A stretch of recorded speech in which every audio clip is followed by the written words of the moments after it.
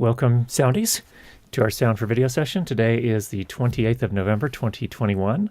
So glad you could join us today, and welcome everybody. Looks like it's a little cooler out there this week, based on the greetings there in the chat.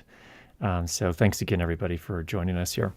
Let's jump over to our agenda and see what we've got going for today. So first up, we had an audio sample that was actually sent in by our friend Ono Coffee, who often attends the live streams here. And it was essentially looks like it's an interview in a kitchen with a chef and picking up a lot of rumble in the recording. And so we're going to look at how we would approach that in Izotope RX in particular, but you could actually do a lot of this cleanup even without Izotope RX. So there are a lot of options there. We do have some questions that were submitted ahead of time, and then we'll go to those after that, and then we'll come back to the chat and see what all questions you have in the chat there and take care of those. So with that, let's go ahead and first up, jump on over to Izotope RX, and let's play this audio sample for you so you can see what we're working with here. I'm actually in spectrogram view right now. Let's go back to the waveform view. So let me just run through this sample here. Again, thanks to Ono Coffee for sending this over, and this is where we're starting. Note here, if you are just listening on phone speakers, you may have a little bit of trouble hearing what we're going to be working on here today, so be aware of that. Let me actually bump up the levels here a little bit. So I'm going to go into loudness control. Let's just bump this up to -23 here, just so we can hear it all nicely. Here we go. What is this? What is the deal with the kettle? So this is where they make coffee, and this handle's got to be bent a little bit, though. And this is Armenian style coffee? Well, okay. Armenians call it Armenians. Arabs call it Arabic coffee. Greeks call it Greek coffee. Albanians call it Albanian coffee. But they're very similar, okay? It basically, it originated in Ethiopia. I'm sure you know about coffee, you know? So. Okay, great sample there. So again, thanks to Ono Coffee for sending that over. So if you were listening in a relatively easy environment to be able to hear things, you could hear a bunch of rumble there. If you're using some headphones, you probably heard that as well. So the question is, how would I approach that? And let me just show you a few things. Now, the truth is that you could clean up a lot of this even without Izotope RX. Just Ono Coffee mentioned that he is working in DaVinci Resolve in Fairlight, and a lot of that you can just clean this up with a high-pass filter. If we switch over to spectrogram view here, you'll notice that we have this trace down here, all of this intense low-frequency energy. And again, if you're not familiar with the spectrogram view, the way this works is that along the horizontal axis here, that's time, and the vertical axis here is frequency. So all of the lower frequencies, we have two channels here. So this is the left channel, this is the right channel. The things represented at the bottom in the trace are lower frequencies, and up at the top are the higher frequencies. So you can see with all this really bright yellow and orange down here at the bottom, we're getting a lot of low energy coming through. I would say this, I don't know who shot this, but one thing I would recommend is that Ono Coffee, the Movo microphone, I think with a lot of the budget kind of camera top microphones, they don't do a whole lot of R&D in terms of really creating really good shock mounts for those. And so a lot of that is just energy transfer. It's the movement of the rig is transferring over into the microphone capsule. So that's where I think a lot of this is getting picked up in the first place. But in terms of cleaning it up, there are a couple of ways I would go about this. The easiest way, actually, it's not going to get rid of 100% of it, but we could just bring up an equalizer with a high-pass filter. And we could just sweep this high-pass filter up until we get to the point where we're not cutting a whole lot into the dialogue, but we're getting rid of a lot of that rumble. And so what I'm going to do next is let's go ahead and play through in preview mode with this equalizer.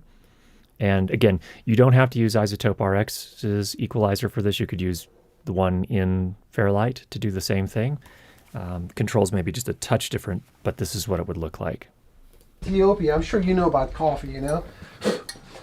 So what is this? What is the deal with the kettle? So this is where they make coffee, and this handle's got to be bent a little bit, though. And this is Armenian style coffee? Well, okay. Armenians call it Armenians. Arabs call it Arabic coffee. Greeks call it Greek coffee. Albanians call it Albanian coffee. But they're very similar, okay? It basically, it originated in Ethiopia. I'm sure you know about coffee, you know? So, What is Okay. So I went back and forth here. You can see when I went over 150, or you could hear there, when I went over 150, we started cutting into the voices a little bit. They started sounding thinner. They didn't have as much of the bass in their voices.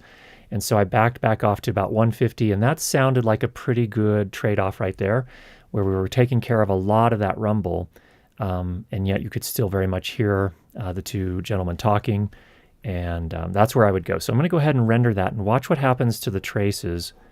Again, is low frequency stuff down here. Let's go ahead and run that. Render. Okay. So a lot of that disappeared. Let's listen to the whole thing now and see where that put us. what is this? What is the deal with the kettle? so this is where they make coffee, and this handle's got to be bent a little bit, though. And this is Armenian style coffee? Well, okay. Armenians call it Armenians.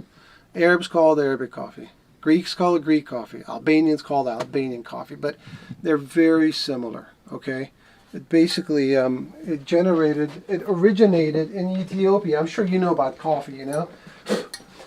So, Okay.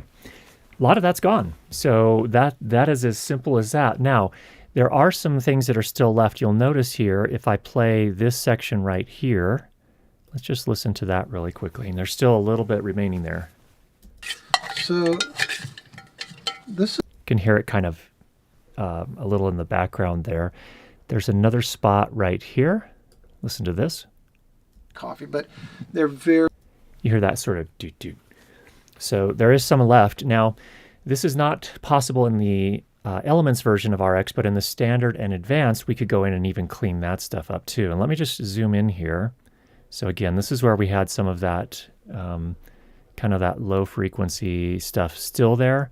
And what I could do is come down here to Instant Process. I can change this to Replace. And this is kind of the magic of Izotope RX. I can actually come in with the paintbrush tool, and I can actually paint this right here, which is part of that sound. And look at that.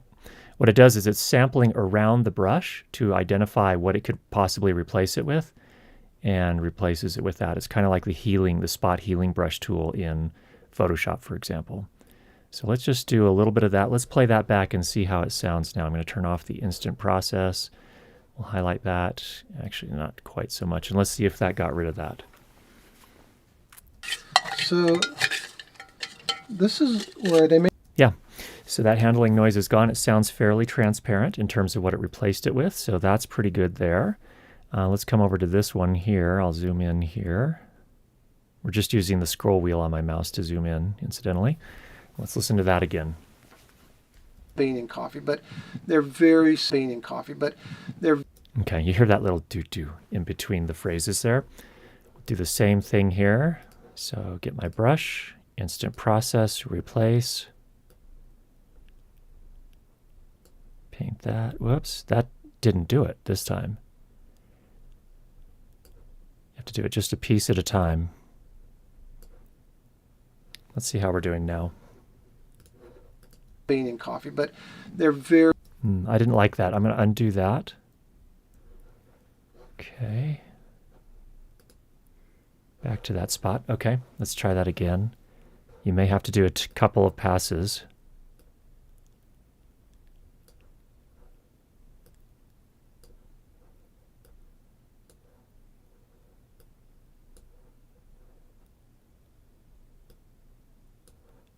Okay, let's see how we did there.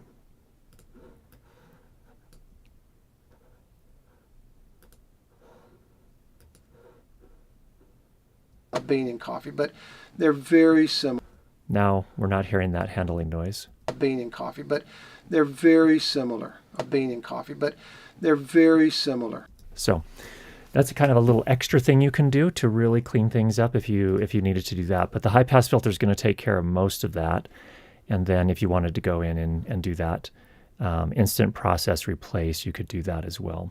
Now, one question would come up is, well, what about voice denoise? Couldn't voice denoise do some of that? Let's actually go back and take a look at that. So I'm going to go back. So we've just done the high pass filter. I went back in the history here, clicked on EQ. So that got rid of all the spectral repair that we just did. And let's just try to use a voice denoise on those sections and see what happens here. So let's go there. I'm going to highlight that, pull up voice denoise. I'm going to put it in adaptive mode, and let's put it in preview and just see what it does. Kettle. So this is where they make coffee in this handle. Kettle. So this is where they make coffee in this handle. Kettle. So this is. It does okay. We had to push it pretty hard, but normally, you know, if you're going to do 6 dB of reduction, it doesn't do a whole lot. Kettle.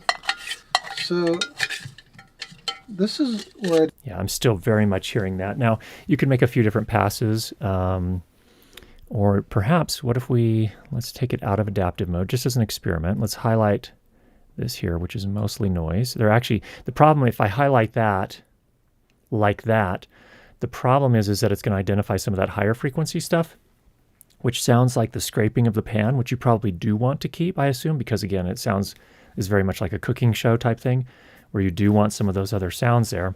So another thing we can do that's kind of interesting is that we can come in and get the time frequency selection tool. So we can zoom in here, and I can actually, let's unselect that, and let's just say I want to select just the low frequencies for this period of time. And then click Learn. Let's see what happens. Go back to this tool, highlight this section, and preview.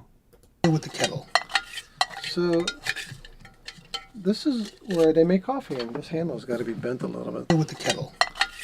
So this is where they make coffee in this handle's got to be bent a little bit. With the kettle.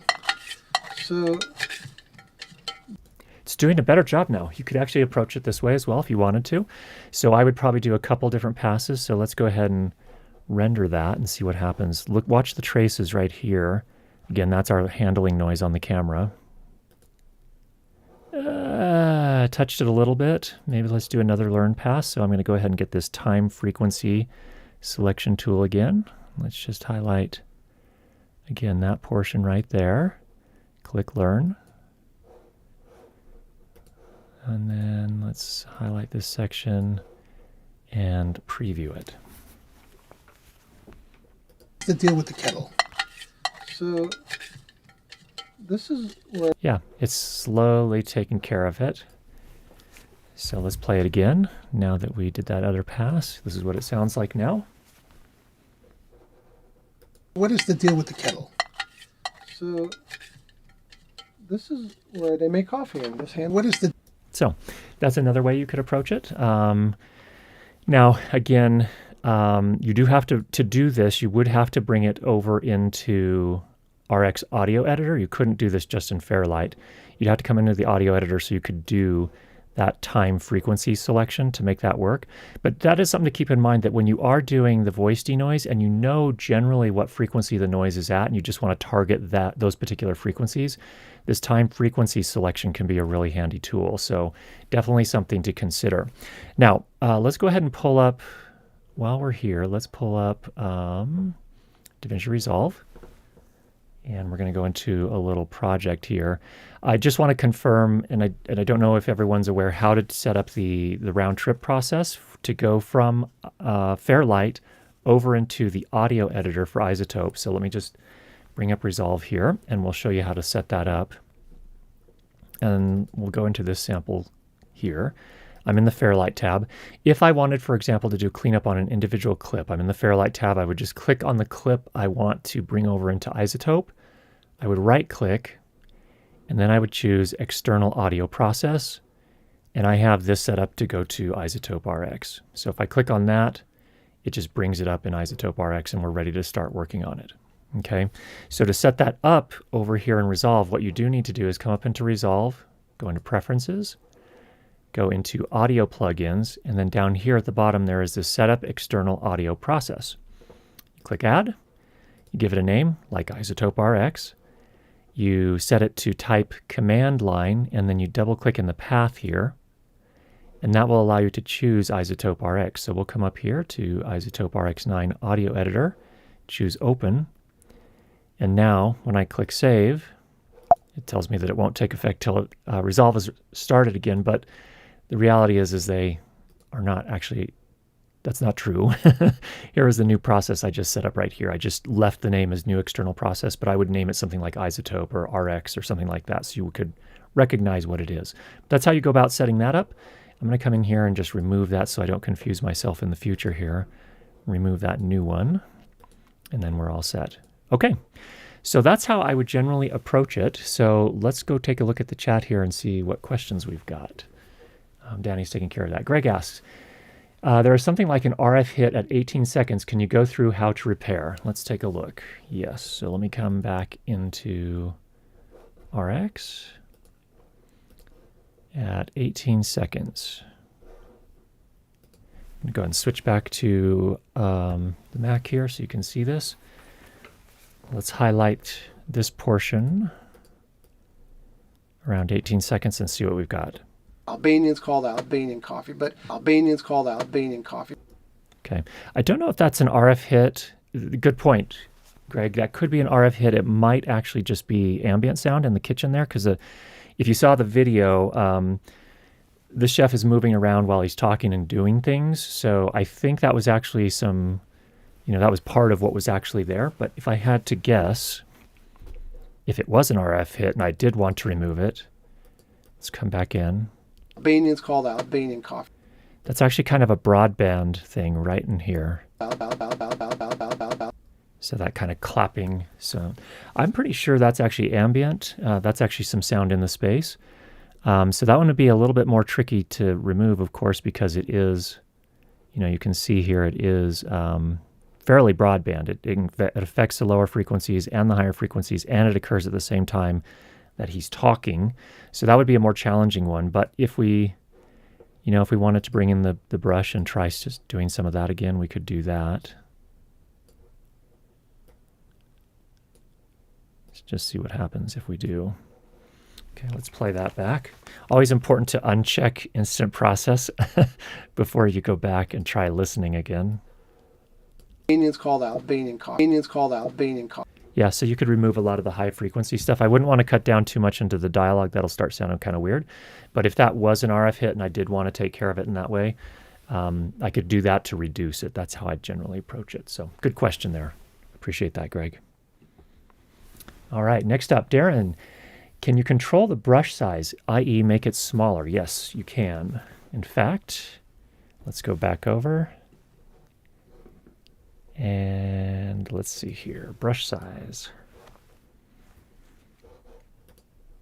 Whoops, undo. Nope, redo. The brush size, I believe, is, how do you, you know what? Good question. I thought there was a way to do this, and it's been a while since I've done it, so I will be honest here and tell you I don't remember. But I believe there is a way to change the brush size. And I'm not seeing it there. It's not a matter... Oh, here it is. So if you hover over the brush, you can actually change the size of it right here. There it is. So there's a 59. We can go all the way up to 100, so we can get pretty large there. We can also make it smaller if we wanted to do that. And I assume that should cover most situations. So that's how you change the brush size. Good one. Thanks for that, Darren. All right, Danny's running through here. I think the shoulder style config of the switch pod contributed a lot to the rumble. That's a possibility for sure. Yeah, you'll just want to maybe do some testing there if you wanted to avoid this in the future. Doing post-processing can do magical things, but if you can avoid it from the start, that's even better. There is a sound like wind noise in that section also.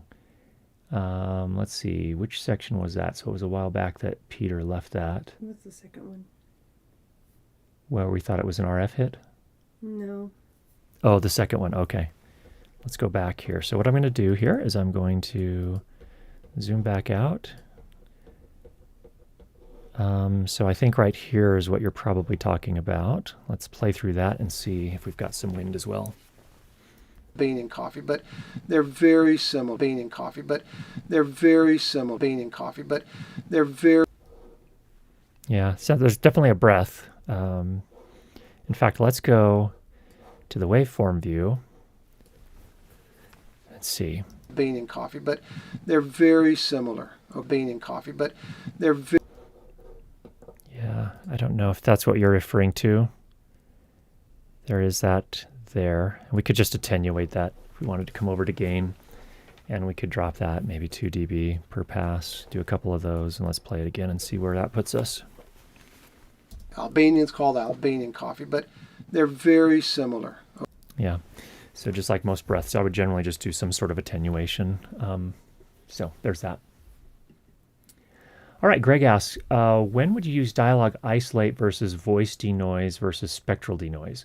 Great question. So dialogue isolate is in situations where you want to be able to control the ambience, so you don't necessarily want to remove the ambience. And what dialogue isolate does, again, this is only in the advanced version here, but what this does is it separates the dialogue. It actually uses machine learning to separate the dialogue, identify what is dialogue, identify what is noise, and identify what is ambiance. And so if you want to be able to remove noise but maybe keep some of the ambiance, that's where you would use dialogue isolate. Now, the difference is here with dialogue or voice denoise. This sort of a general purpose denoiser. This one is efficient enough that it can generally run pretty well in real time. So if you were using this as a real-time plugin for a live stream, for example, this one could be very effective. It's generally best for steady state noise.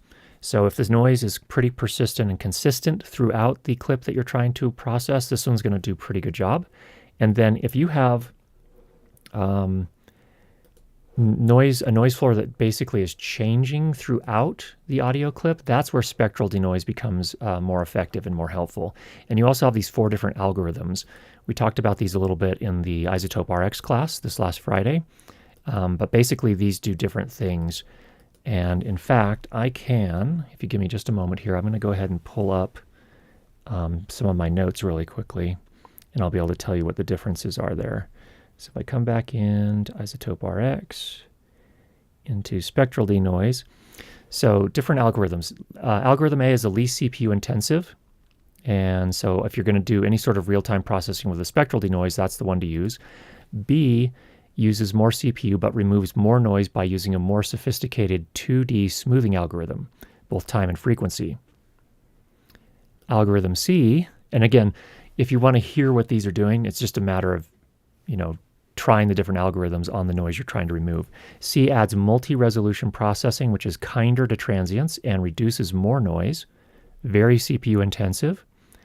And then D adds on top of that frequency resynthesis to reconstruct audio that overlaps with noise. So this is where things are getting really interesting with noise reduction, where if you have a noise that occurs at the same time as something you want to keep, like dialogue, it will actually remove all of it and then resynthesize the dialogue, which is pretty impressive. So that's basically what those different algorithms use. And hopefully that makes sense, Greg, in terms of how, when I might approach each of those and use them differently. Okay, next up from Christopher, voice denoise is, in my opinion, optimized for live use, and I agree with that. Spectral denoise works much better when applying in post, but is unusable for live since with max quality settings, it adds about 2 seconds of latency. Spot on, couldn't agree more. Hi, Linda. I love the spectral waveform. I'm with you. It's pretty neat because it gives you a lot of information. I use the compare option. Very useful. That's a great one as well, Graham. I'm glad you brought that up. So you'll notice in a lot of the plugins within Izotope, there is this compare function here. And you can actually compare. So let's say I used adaptive mode. Let's set it to D. Let's set it to about maybe 6 dB of reduction, and we can compare. And what it will do is actually go and essentially take the portion that you have highlighted and render out what will happen if you do render it in sort of a temporary fashion. So you can listen to the original audio and then also listen to the spectral denoising, and you can just sort of preview it. So before you commit to it, you can actually get an A-B comparison there, which is really useful as well. So thanks for that, Graham. Christopher says, Paid Resolve also has a reasonably decent noise removal plugin, Be good to try it with the rumble and hiss present as a starting point for comparison to RX. Yeah, that's good advice as well. So you do get some better plugins with the paid version or the studio, I guess they call it the studio version of Resolve. Thanks for the demo. Showed me more refined ways of using spectral repair. Excellent. Thanks, Mike. Stay warm over there in the Cotswolds. Thanks for showing us the round trip process. You bet. My pleasure. Thanks. I'm going to be reviewing this deeper. I really appreciate you taking the time for this. Absolutely. And thank you so much for sharing the audio clip with us. If anyone else has an audio clip that they're working with, that they're having trouble with, be happy for you to send it over and we can cover that in future episodes as well. This is really helpful, I think, because we get a lot of more practical examples instead of just me and Danny talking into a microphone trying to create noise over here.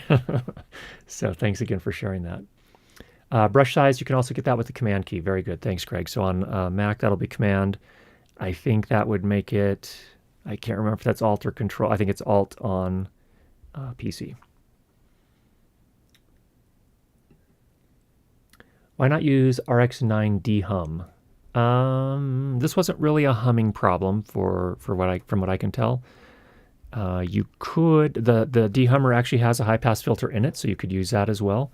But I don't think this would be, dehum just wouldn't be my first choice just because it technically isn't a hum. And a hum, just kind of for background information, typically is a fundamental frequency that's consistent. And then it has harmonics above it, multiple harmonics. And so that's what a dehummer is, especially here in RX. What it's aimed at removing is actually that fundamental hum plus all of the harmonics along with it. A high pass filter just seemed to be a simpler way to approach it. So that's why I used it here. Okay. That's an add-on.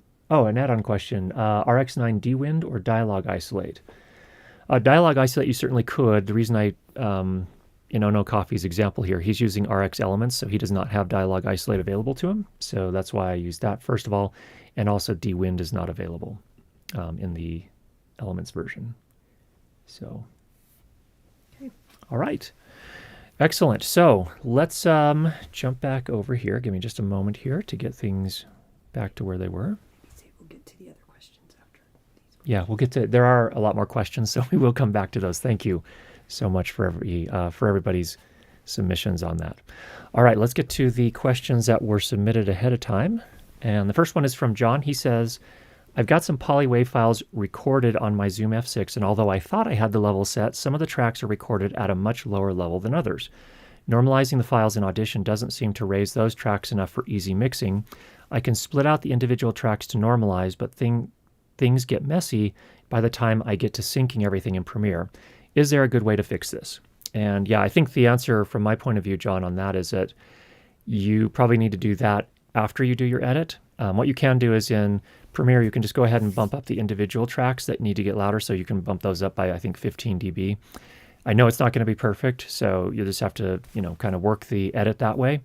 And then you can round trip over to Audition. And then when you do that, they'll be set out on the multi-track view. And then you can actually loudness normalize each of the individual tracks or get them up to the levels you want there. The way you can do that is you can double click on any of the clips that are running much lower than the others. That'll bring it over into waveform view. You can actually drop that down into the match loudness panel and do it that way. Or you can just use the little gain, do a Command A or Command A to highlight the entire audio clip, and then just use the little gain setting. And let me just show you what that looks like. I'm going to pull this up. Give me just a second here. So we're pulling up Audition, and I'm going to go ahead and switch over to that. Let me bring in a clip here. Let's just bring in this clip here for reference. So what I could do is I could drop this down into match loudness and give it a value here. So if I wanted to normalize it to -26, we could do that. Another way I could do it is I could Command A and then just use this little guy here to pull the levels up. And since I'm assuming you recorded that in 32-bit float, so pulling them up shouldn't raise the noise floor too much relative to if you hadn't recorded in 32-bit float. So that's how I would generally approach that there.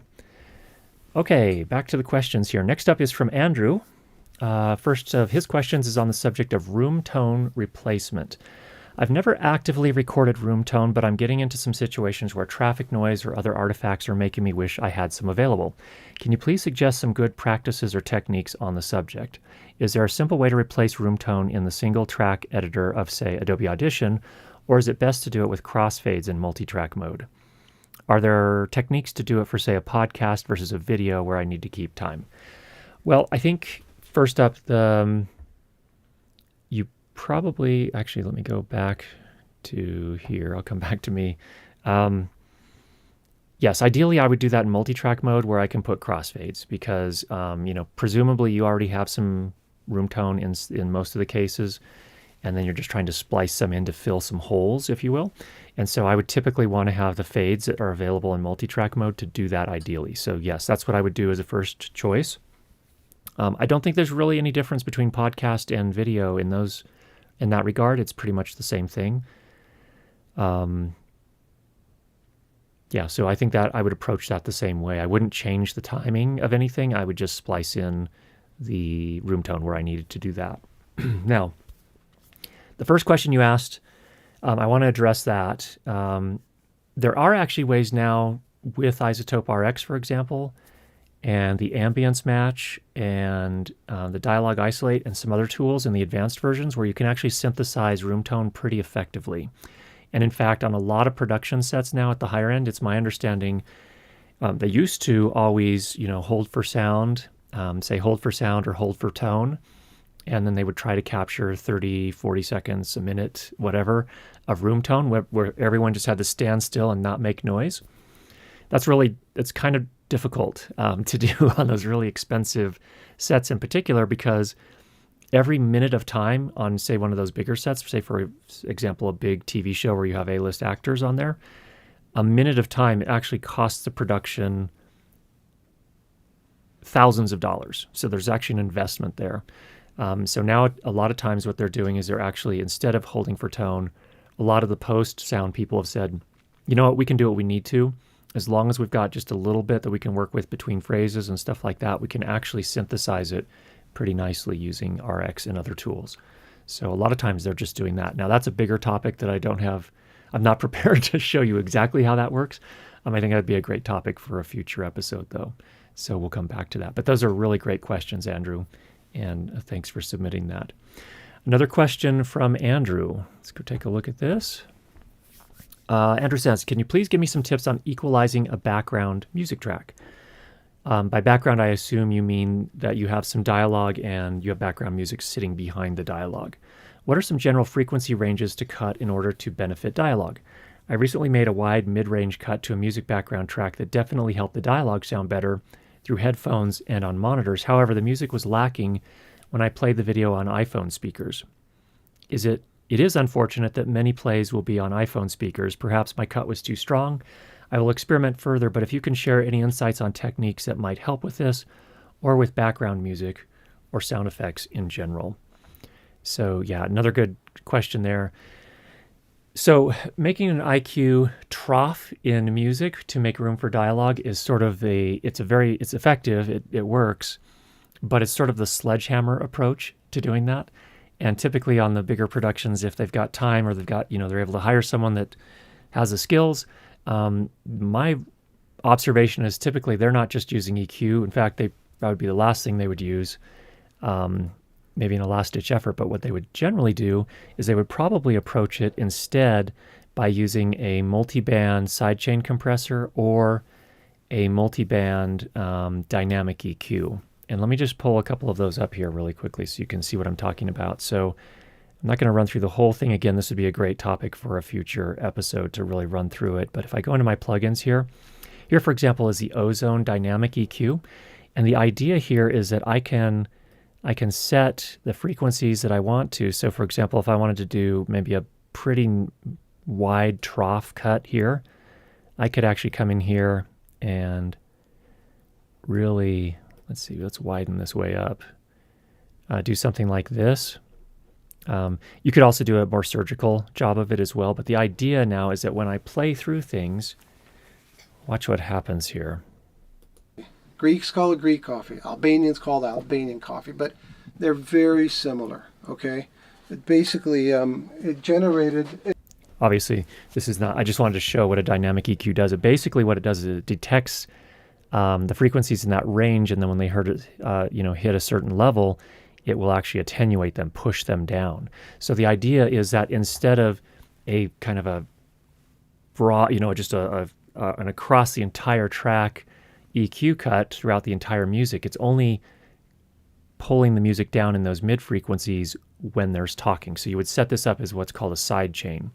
So you have an Ozone 9 dynamic EQ on the dialogue track just acting as a detector, and then sending that. So every time someone talks, it would say, okay, now is when you want to cut. And then you would send that over to the track with the music with another instance of the Ozone 9 dynamic EQ. And that would actually do the cutting into the music only when the person is talking, if that makes sense. So that way the music comes through and is very present and very much full spectrum kind of sounding, except for when the person talks. And then in that case, it's making room for the dialogue by pulling that down and making space for it. So really, to a large extent, that's what mixing is. Mixing is really making space for all the different sound elements in your overall mix. And so when you're putting music and dialogue together, we're basically pulling that music down only when we need to, just to make room for the dialogue. Hopefully that makes sense. It's a great technique. It's used not just in film when you're mixing music and dialogue. It's also used to mix most music, popular music certainly, where you have these really heavy mixes with lots of instruments, lots of tracks. So for example, in a lot of cases, you can have a bass guitar and a kick drum that are competing with each other. And so sometimes you have to make room there. And part of that has to do with just basic EQ and saying, okay, for our kick drum, we want that to sit actually even lower. So we might EQ, cut a lot of the higher frequency material out of the kick drum, and then allow the bass guitar to fill in the frequencies just above that. But we might also use a dynamic EQ so that when there is a kick drum hit, which is less often, presumably, in most pieces, it'll actually pull the bass guitar's frequencies out of its way for just a moment, while the kick drum makes a hit. So that's the general idea. All right, let's go back to the chat and see what we've got going over there. Thanks for the super chat from M. Thanks for the stream. Absolutely. Thanks for joining us today. It's great to have you here. Thanks also to Ono Coffee for the super chat, and thank you for sharing your clip with us so that we could take a run through that. One day when I'm a big YouTuber, I will get the full version of RX. That sounds like a plan. Good choice. Danny says, mixing, tracking, EQ, multiband ducking to carve out space for dialogue. Exactly right. Exactly right. Just like what we were talking about just a moment ago.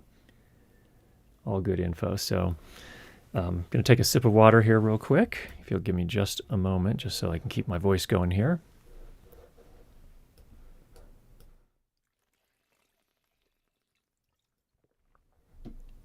Okay, Danny's got something else for us here from Bartek.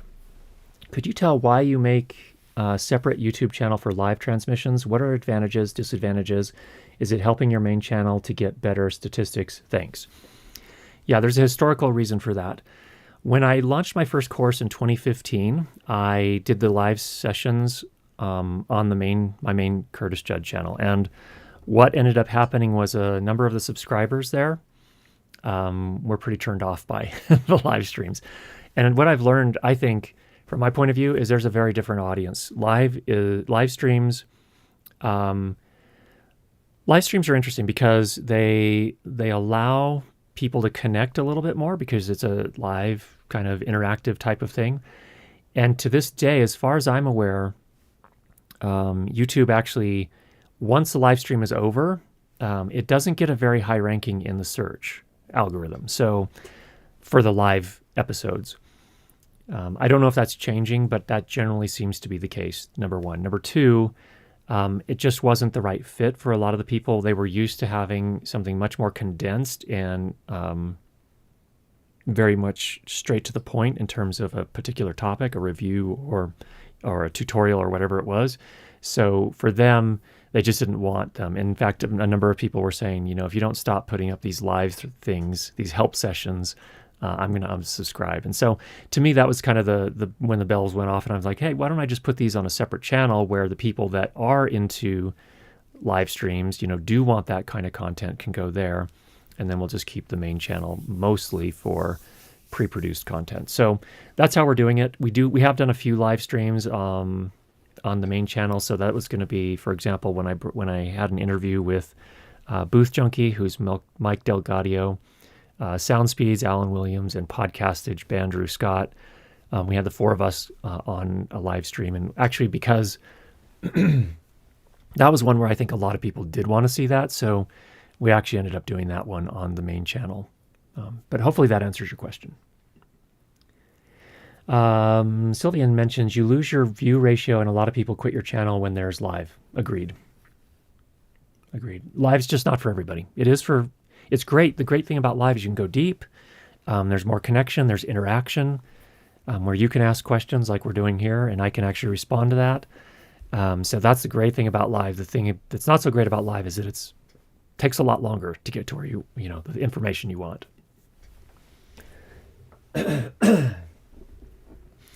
All right, Techno Cheesecake. I got a lot of noise, like an insane amount, from a project I have been given to work on. Any help would be great. Oh, that's a big one. Well, I mean, we covered some things there. If you have any rumble, you should have a good idea now how to approach that. I think the main tools when it comes to noise, high-pass filter is your number one. RX has a lot of the other tools that I typically use. That's going to be dialogue isolate. That's going to be voice denoise. That's going to be spectral denoise, depending on the type of noise. We can do the spectral painting like we were doing here. So that's how I would generally approach it. Izotope RX is going to be your friend, most likely. Sylvian says, is there a way to cut into a polywave without losing timecode info? My cameraman cut inside a shot. Depending on the app you're using, you should be able to. So if you're working with 24 or 16-bit audio, you should be able to use, and I realize this app is older, and I don't know if they even intend to keep it up to date, but Sound Devices made an app called Wave Agent. And Wave Agent does retain the timecode information on each of the tracks if you do split them up into separate files. That's one way to do it.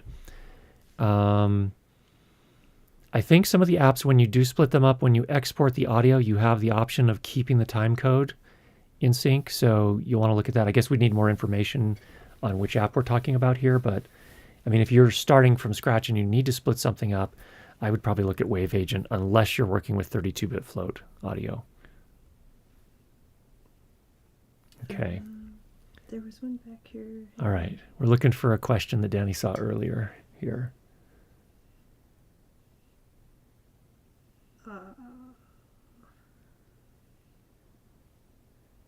Oh, yeah. Okay. Jan, I have no questions, just sharing what happened this week.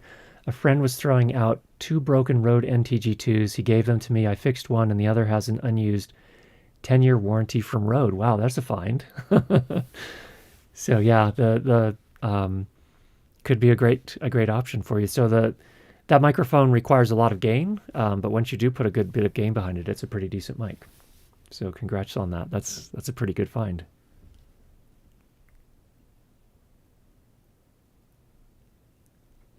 All right, just scanning through here. Hante, how do you know what's the optimal settings on my DA or DPA 406 plus Sennheiser G3? I can change the sensitivity on the transmitter, AF out gain on the RX, and on the mix pre, I also have record level. Okay, so always work from the start of your signal chain. And in this case, the start of the signal chain is going to be the transmitter. That's the first place you're going to have to change settings. So you always start there. So you're going to set your input level on the transmitter first, and you're going to watch those meters and get it to a point where it's peaking or topping out somewhere around. I have to be careful about using that term peaking because some people use that to mean clipping. But you want to watch the meters. As someone's talking into it, you have the microphone position, they're talking into it. You want those meters, depending on the piece, is going to determine how much headroom you want to keep. So I would generally aim for about minus 12 dB for spoken word content, but if you know there is potential for laughs and things like that, those can get much louder, so you might want to leave even more. So that's the first step. Generally, I'd say about minus 12, though, for spoken word. Then, typically, I have to remember on the G3, the G3 is interesting because I think there's argument about whether there's actually a line level output capability on the G3's receiver. And so I don't remember what the AF out numbers mean exactly. But if you're recording to your mix pre, ideally, with the G3's transmitter, and somebody help me out here who works with the G3s and G4s. I don't have them anymore. I gave mine away several years ago. But in terms of, if I wanted to set the mix pre to line level, what would I set the AF out on the Sennheiser G3 transmitter to? And I think the answer is if you set it to its max output level, you would, then you set your mix pre to line level, you will have to add some additional gain. So the idea is that then on the mix pre, you'd want those meters at the same spot you're getting on the transmitter. So if you're peaking or topping out at minus 12, you would also want the meters topping out at minus 12 on the mix pre. So that's my kind of murky suggestion for you there. I apologize, I don't have the details. It's been a couple of years since I've used a G3, so I don't remember all the details, but my recollection is that it doesn't have true line level output, at least not professional line level. So even if you set it to its maximum AF out, you're still going to have to compensate a little bit on the input of the mix pre. So, all right, Michael, I'm very interested to hear how the RX live class went. I'm disappointed I had prior plans and couldn't attend. I'd be interested in the future. Yeah, so glad you brought that up. So Friday we had our live course. In fact, some of the people that were at the course were here in the chat earlier, so it'd be great to get their impressions as well. I think it went well. I think we covered a lot of material. The people that were able to attend live seemed to appreciate what we were able to cover. The nice thing is that the tricky thing was that we didn't want to use Zoom for the actual teaching because the audio quality on Zoom is not the best when you're trying to do critical listening. So what we did is we actually went over to a live stream on YouTube. So at least we had the benefit of a 320 kilobit encoded audio, AAC audio on YouTube, where we could actually run through the samples and show how to approach things. And then we get back on Zoom and talk about things and answer any questions. So I'm going to try and find an easier process on the future live courses. But for those that weren't able to attend, that did purchase it, or those that haven't purchased it and are interested, within about 2 weeks, we should have all of the video from that session edited and uploaded and available at the school, which is at school.learnlightandsound.com. So I think it was a great session. I'm hoping to do more of those. I really like the interactive sessions because then you can really tailor it to the people that are trying to learn and have specific questions. So I'm hoping to do more of those live courses in the future. Mike asked, does anyone in the community use an RGB Link mini mixer switcher? I'm having problems getting YouTube live, seeing it as a webcam. No problem using it with Zoom and OBS.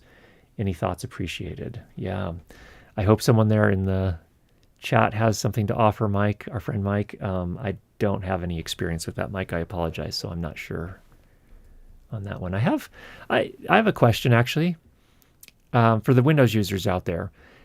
Is it possible for a webcam or a capture card to be recognized by two separate applications at the same time? I thought somebody told me that wasn't possible. I know on Mac it's entirely possible. It's not an issue, but I was curious if that's true on Windows. Let's assume Windows 10 or 11. If you have a capture card plugged in, can two separate apps use it at the same time? Just out of curiosity. That might be related to the question that Mike has there. Martin asks, a not-so-serious question, what do you do with all the recorders you bought for testing over the years? Still own the F6, F8, F4, and the older Tascam and sound devices like the Gen 1 Mix Pre and the 633. Well, Martin, that is a serious question. It's a serious problem for us over here. What I generally do is we have had some giveaways in the past. I don't think we're going to do giveaways like that in the future. There's a little bit of a weird vibe that goes on with that, but what I generally do is I sell them to people that need them. So the 633 we sold, and I try to sell them at a really, really great price. So we gave away the F8 and the F4. I still have the F8N. I still have the F6. But in the future, as new ones come out, if I don't need to keep one any longer, I'll probably sell it. And so probably what I'll do is I generally, as far as social media, usually I'm on YouTube or Twitter. I imagine probably what I'll try next time is on Twitter. I'll just post something that says, hey, selling this. If you're interested, DM me. So that's how we're handling that, I guess. All right, Mark asks, any advantage to stacking high-pass filters? High-pass on a mic plus high-pass on a mixed pre, or should you just use one or the other? I don't perceive a difference. Well, it's interesting you asked that, and it depends on the high-pass itself. So one of the things we covered in the RX course was different types of high-passes. There are more digital-oriented high-passes that can be made to do what is called they do a different type of processing that is phase linear or linear phase. And so what that does is it prevents the high pass, it just approaches high passing in a different way. And so it doesn't have this tendency to make the waveforms asymmetric, doesn't affect that, but they have a certain sound to them. And then the analog high pass filters generally can affect the phase of your overall audio, but they generally sound, a lot of people describe them as more musical. You have to have a good ear to recognize the difference between them.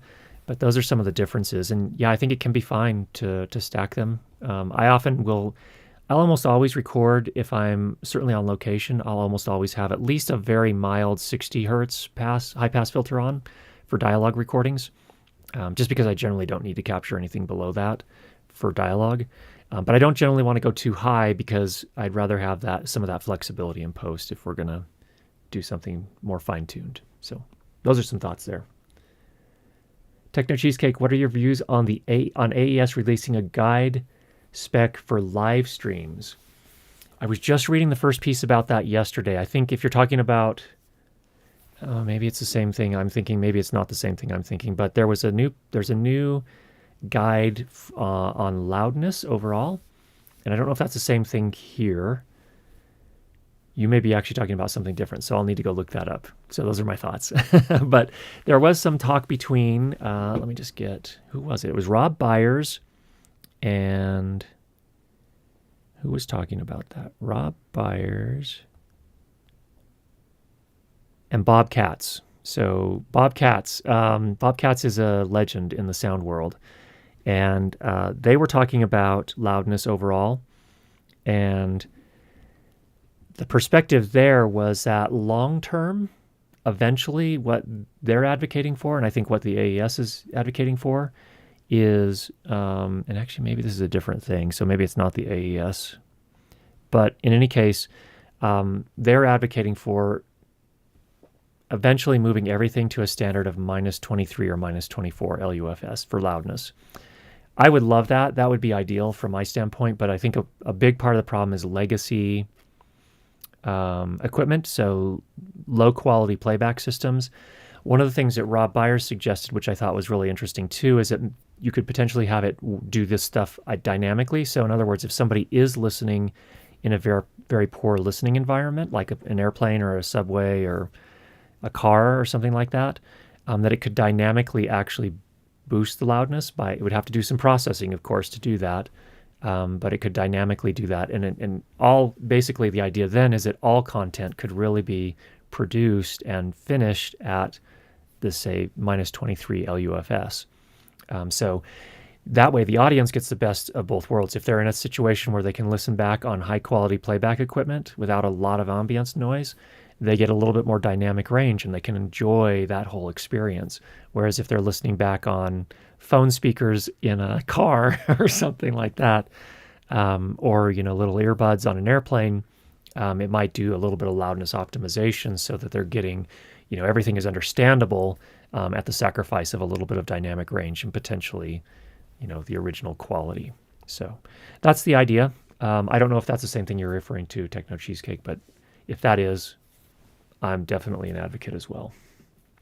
Totally Superior, what are the differences in staking Dialogue audio clips, stacking dialogue audio clips to increase volume. Advantages, disadvantages. Should this be done after using RX to clean the noise? I don't know if when you're saying stacking, I don't know if you're talking about, say, for example, using a boom microphone and a lavalier microphone. And it depends on whether you're talking about spoken word versus music. In music, they do these kinds of things all the time intentionally, and they usually involve some sort of stereophonic effect. But for dialogue, usually not. No, I would just loudness optimize an individual take normally. If, on the other hand, you're talking about using a lavalier and a boom microphone, both of them, I would just make sure they're in phase, and that way you can get the benefits of the sound of each of them. A lot of times, what people will do, or mixers will do, is that they'll actually apply some fairly heavy EQ to just get the elements that they want from that other microphone after they get everything in phase, and that way they can get the benefits of both the boom microphone and the lavalier, depending on the particular situation. So, whoops. Could you put up Linda's question again? Oh, that's what I thought I did. Yeah, accidentally. Good. Okay. Are you working with Electrosonics now? No. I wouldn't have any opposition to that, but right now my audio kit is all audio limited, A10. And then I have on loan the Shure Axient digital wireless system as well, which is really amazing as well. So it's not anything against Electrosonics. They make great equipment. I love that they are based in the U.S. They can service the gear right at their factory. I've met Gordon, who is the president of Electrosonics. Great person. Had a great conversation with him. So definitely an advocate for quality gear like Electrosonics. Mark asks, when recording dialogue only, should the left and right be converted to a mono single track or keep them split all the way to post render to wave file? Well, it depends on what you're doing. So typically, in that case, you would have a stereo mix of everything, plus you'd have your ISOs. The ISOs are all mono, typically. And